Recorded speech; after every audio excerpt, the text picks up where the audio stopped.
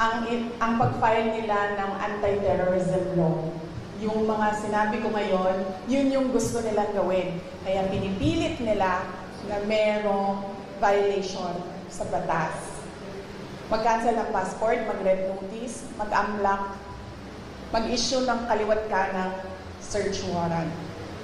So, ibig sabihin, babalik pa rin tayo dun that this is clearly oppression and harassment for remarks that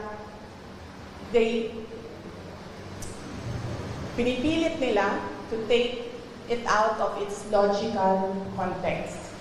Abogado ako. Alam ko kung anong illegal at illegal. Alam ko kung anong actionable at hindi actionable.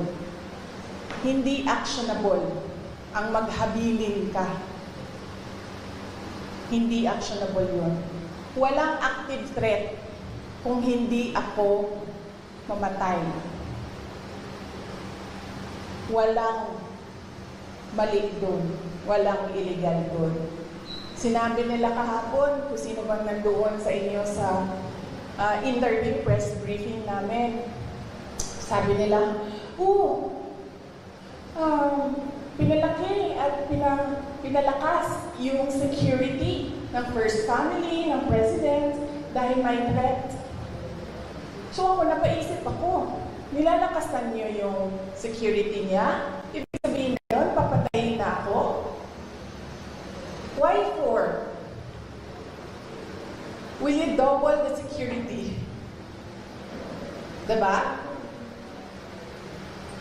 Itong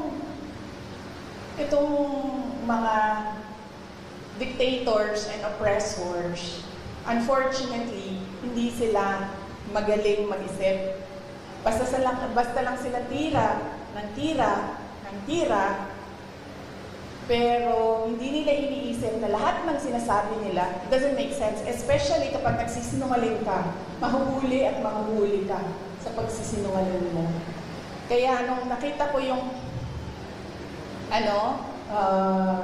NBI sa Pila, nagpatanong kagad ako sa Negros. Kasi it's not the first time na ginawa nila yun sa isang Pilipino.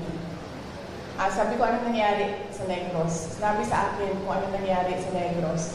And sabi ko sa mga lawyers ko, yan, ang gusto nilang gawin. I'm sorry, yung sa PNP po, kasi direct so ikaw yung grupo na daw, yung security pa yung araw ka rin ng AFP para to face investigation. Yes, oo. Initially, we are filing charges against them as well. For disobedience, for kidnapping, for robbery. Okay, next question po, Speed Casimiro, ABS-CBN.